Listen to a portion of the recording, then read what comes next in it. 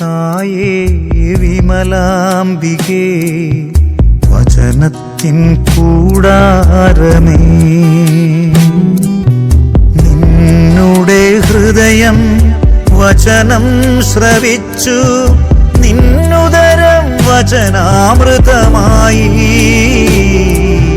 ലോകത്തിൻ സമ്മാനമായി.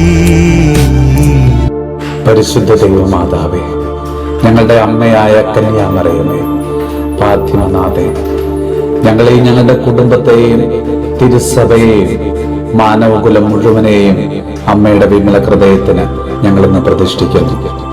അങ്ങേ ശക്തിയുള്ള സംരക്ഷണത്തില് ഞങ്ങളെ അവിടുന്ന് കാത്തുകൊള്ളണമേ. അങ്ങ് ഞങ്ങളുടെ നാഥയും സംരക്ഷകയുമായിരിക്കണമേ.